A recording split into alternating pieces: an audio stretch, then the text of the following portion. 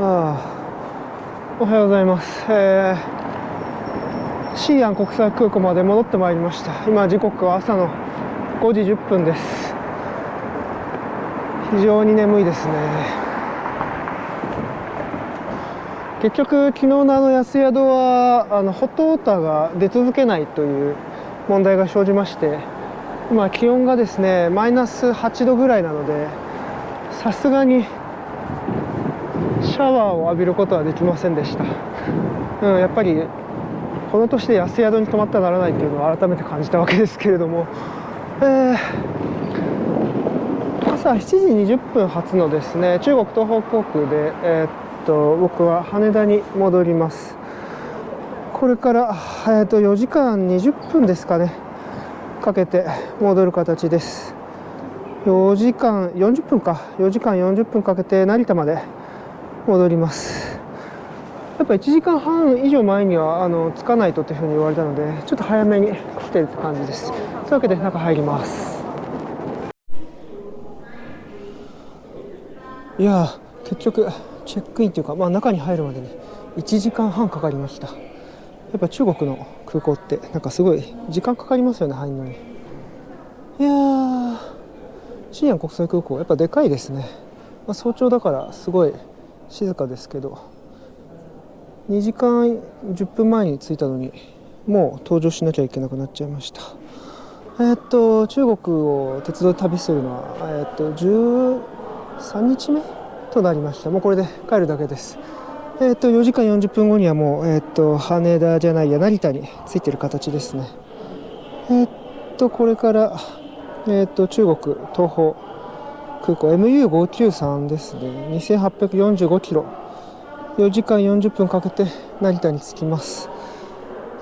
こんな動画を見てくださった方はどうもありがとうございました少しだけ時間あるので簡単に今回の旅を統括したいなと思っていまして、総括したいなと思っていて、なんかラサから帰ってくるときになんか振り返ってたんですよね、今回の旅を。なんかいろいろ考えさせられたことがあったなと思いまして、なんか一つはやっぱすごい驚いたのが、なんか EV がすごい進んでますね。電気自動車こんなに普及してると思いませんでした。5年前に北京に行った時もすごい進んでて驚きましたけど、今回さらに進んでて、なんか特に電動化のバイクがめちゃくちゃ走ってましたね。あと北京なんかはなんかゴミ収集車とかああいう車までもう EV になってて、めちゃくちゃ驚きました。でもどうせ北京だけだろうと思ったら、なんかラサとかああいう地方に行っても同じような光景が見れたんで、やっぱすごいですね。中国はこの電気自動車の分野ではめちゃくちゃ進んでたなと思いました。ちょっと驚きましたね。あとは QR コードの支払いですね。5年前は現金全然受け付けてくれましたけど、なんかもう今ではなんか QR コードがないともう何もできないぐらい QR コードだらけでしたね。いやこれも田舎も同じだからちょっと驚きました。でもやっぱ中国の携帯電話番号がないと QR コードがQR コードの支払いのアプリが登録できないから、これ旅行者にはちょっと不便すぎますね今回僕はアリペイ使ったんですけど、アリペイ昔は中国国内で発行したクレジットカードじゃなきゃダメだったのに、今回海外で発行のクレジットカードでも登録 OK になってたんで、そこはすごい良かったです。でもなんかクレジットカード会社側が中国でアリペイ使って支払いしまくってるとたまに止めてくるので、ちょっとそれも困りましたね。特に僕みたいに移動してると北京で使ってなんかその日の午後に洛陽で使ってるってなるとなんか普通に止まっちゃうんですよね。めちゃくちゃ困りました。ちょっとこれなんとか改善してほしいなって正直思います。あとは何だろう、北京は、バリの頂上良かったですけど、次に行った洛陽はそうですね、世界遺産の龍門石窟、これもやっぱすごい素晴らしかったですね。良かったけど僕はやっぱ空手やってるんで、スーザン少林寺やっぱ武道、武術ですけど武術のなんか総本山みたいなところに行けて良かったですね。空手でいうと剛柔流っていう流派とすごい似てるところがいっぱいありました。やっぱめちゃくちゃ伝わってきて日本にまで来てんだなって本当肌で感じることができました。あれ良かったですね。すごい面白かったな。その次は深夜行って、大岩島とか平和岩とかそういう世界遺産見たんですけど、あんなになんか西安ってシルクロードの影響が強い街だって全然知りませんでしたね。そうなんだっていう。だからもっと中国の京都っぽいの想像してたら、なんかもっと全然シルクロード感がすごい強くてですね、伝統的な中国というよりかはなんかかなりアラブとか、西アジアの方の影響がすごい強い街だったんで、食文化とかですね、すごい驚きました。やっぱ来てみないと全然なんか分かんないですね。僕の先入観全然間違ってたなって思っちゃいました。なんかすごいエキゾチックでしたね。あとそうそう、これ日本でも導入してほしいなってすごい思ったのが、高速鉄道の予約すべてトリップドットコムっていうこの国で一番強いオンライントラベルエージェンシーで全部できちゃうんですね、アプリ上で。これやっぱ便利ですよね。日本でもなんかもっと新幹線のやつとか簡単にアプリ上でできるようになってほしいなってすごい思いました。これは便利だったな。あんまりに便利だって。北京からラサンに行くまで何の障壁もなくネットでポチポチするだけで高速鉄道乗れちゃったのすごい良かったですね。で僕が一番行きたかったチベット、いや行けて素晴らしかった。本当感動しましたね。良かったんですけど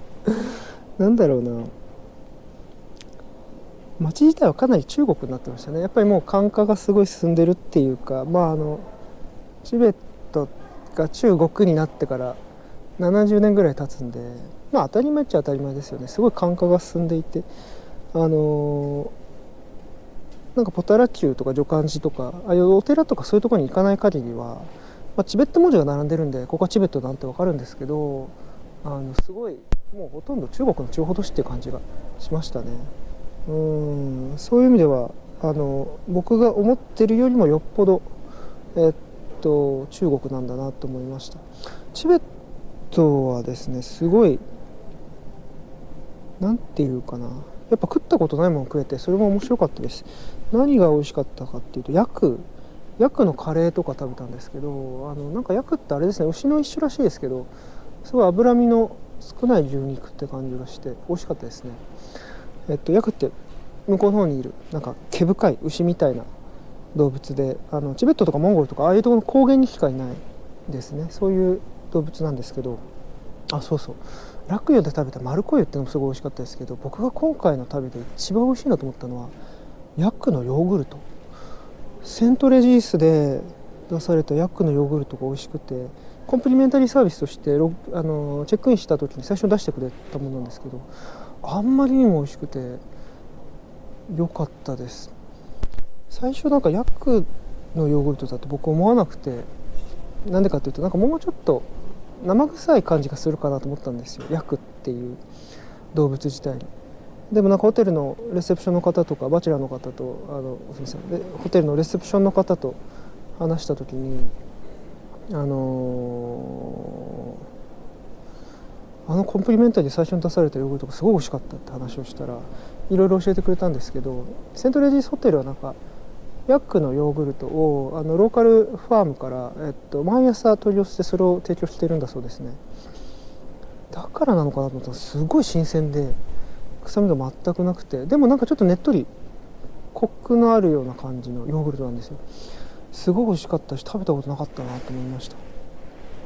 であとなんかそういうことを言われるとなんか余計美味しく感じますよね。やっぱここでしか食えないものだなと思ってヤックのヨーグルト、しかもその毎朝毎朝届けられる新鮮なヤクのヨーグルトって多分チベットでしか食べられないと思うんですよね。モンゴルとかでも食べられるのかな、分かんないですけれども、しかもああいうちゃんとしたホテルとかレストラン行かないと多分そういうの食べられないと思うんですよね。朝朝食で出されてるヨーグルトもあって、パックのヨーグルトがあるんですけど、それはなんかそれも食べたんですけど、それも美味しいんですけど、それは単純にスイス製のヨーグルトなんですよ。もちろんスイスからわざわざチベットまで持ってきてるし、すごい意味があるというか価値があって美味しいんですけど、でもヤクのヨーグルトにはかなわなかったですね。ヤクのヨーグルト本当美味しかったな。なんかヤクのヨーグルトがあんまり美味しいからあれはすごい美味しかったって言ったら、実はその後毎晩ヤクのヨーグルトを部屋まで届けてくれてですねヤクのヨーグルトばっか食ってました。本当にうまかったですね、ヤクのヨーグルト。あれよかったな、本当にうまくて最高でした。あとは何だろうな、あ、そう、今回日本人と全然合わなかったです。あれ驚きましたけど、僕新卒で入った会社の同期が今北京に駐在してたんで、夜にそいつと軽く飲みに行ったんですよ。でも逆に言うと日本人それしか合わなくて、その後洛陽とかシーアンとかシーニン、ラサ、どこでも日本人合わなかったですね。日本人見かけなかった。まあ、もちろん中国人と日本人って見た目似てるから僕が気づかなかっただけかもしれないですけど、やっぱり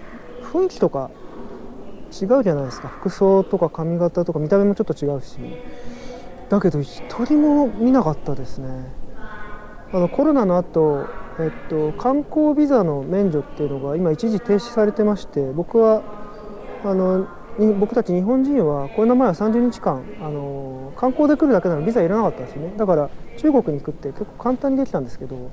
今ビザが必要です。でもビザの取得はすごい簡単だから全く問題ないんですけど、でもやっぱりまだまだ観光客とか仕事で来てる人が以前に比べるとすごい少ないのかなと思いました。深夜の兵馬俑とか日本人すごい人気だから、ダイレクトフライトも飛んでるし、もっといるかなと思ったんですけどね、全然いなかったな。ちょっとそれも驚きの部分でした。こんな近い国なのにって感じですね。まあいいや、てかもう搭乗がかなり進んできましたんで、これで帰ります。いやー、13日間中国鉄道で横断する旅、すごい楽しかったですいやー、どうもありがとうございました。失礼します。